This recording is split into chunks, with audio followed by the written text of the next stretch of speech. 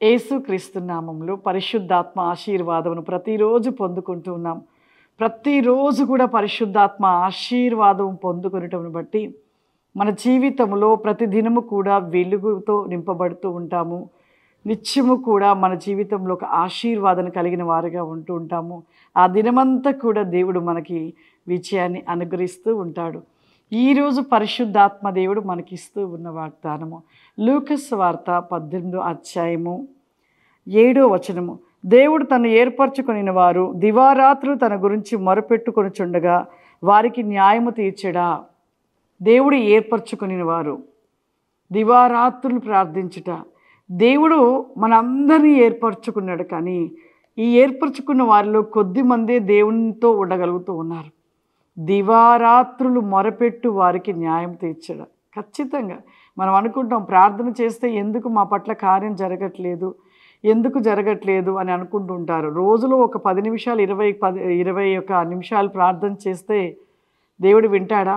ప్రతిరోజు కూడా గంటల తరబడి గోజాడుట దేవుడు ఖచ్చితంగా మన ప్రార్థనకి ప్రతిఫలాన్ని న్యాయం తీరుస్తాడు. అక్కడ ఒక విధవరాలు ఎంత మొరపెట్టింది. ఆ యొక్క వ్యక్తి దగ్గరికి వెళ్ళి, అధికారి దగ్గరికి వెళ్ళి పదే తను ఎక్కడికి వెళ్ళినా పదే తనని విడిచిపెట్టక తను ఇక పదే గోజడం మొదలుపెట్టింది. అప్పుడు ఆ అధికారి తన పట్ల ఇక తనకేమై కావాలో తన పట్ల తనకు న్యాయం తీర్చాడు. మన దేవుడు శక్తివంతుడు. ఒక మనిషి దగ్గరికి పదే వెళ్ళినప్పుడు అతను మనకి సహాయం చేసేవారిగా ఉంటూ ఉండగా, మన దేవుడు, మనల్ని సృష్టించిన దేవుడు సర్వశక్తివంతుడు. మనం అడిగితే దేవుడు తీర్చడా? దేవుడు ఇవ్వడా? ఖచ్చితంగా ఇస్తాడు. కానీ మనం అడిగే విధానంలో ఎలా అడుగుతున్నాం, ఎలా ప్రార్థిస్తున్నాం, ఎలా మొరపెడుతున్నాం, ఎలా ప్రలాపిస్తున్నాం.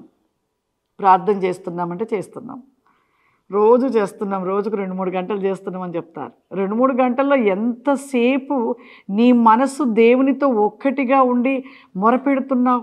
ప్రార్థన చేసుకుంటున్నామంటే ప్రార్థన ఏదో కూర్చొని ఏదో మొరపెడుతున్నాం, ప్రార్థన చేస్తున్నాం, పై పెదవులతో ప్రార్థిస్తున్నాం అనడం కాదు. కానీ నీవు మోకరించి ప్రార్థిస్తున్నావంటే నీ ప్రలాపమైన ప్రార్థన దేవుని సింహాసనం యొద్దకు, దేవుని చెవులకు వినపడినట్లుగా ఉండాలి.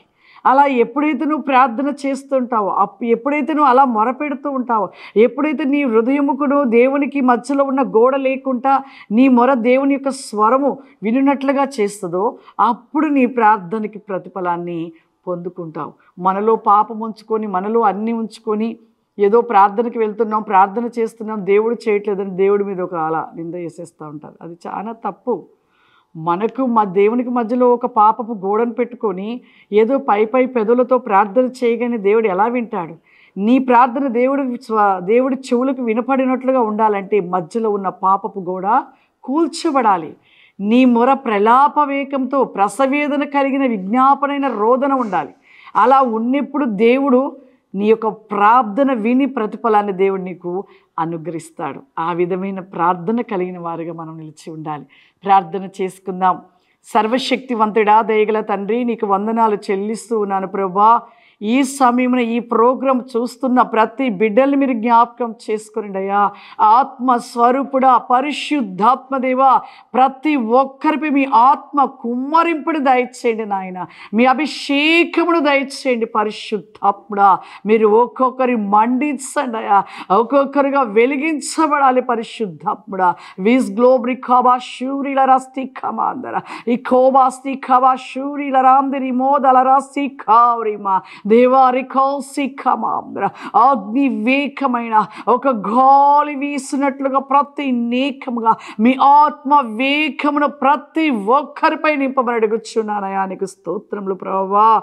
ఏ బిడ్డ ఏ సమస్య చేత బాధపడుతున్నారో, ఈ సమయమును ఏమి అడుగుతున్నారో ప్రభువా, అడుగుచున్న ప్రతి వేకమును మీరు జరిగించమని అడుగుచున్నాను తండ్రి. నీకు స్తోత్రములు. ఏ బిడ్డ అనారోగ్యము చేత ప్రభువా ఈ ప్రార్థన వేకంలో ఏకీభవిస్తున్నారో ప్రభువా, ఆ యొక్క అనారోగ్యం నుండి స్వస్థత దయచేయమని అడుగుచున్నాను తండ్రి. నీకు స్తోత్రములు. వారి జీవిత వేకంలో సమృద్ధిని దయచేయమని, నీ యొక్క వేకమైన కృప దయచేయమని యేసుక్రీస్తు నామమున నడుచున్నాను తండ్రి. ఆమేన్. God bless you.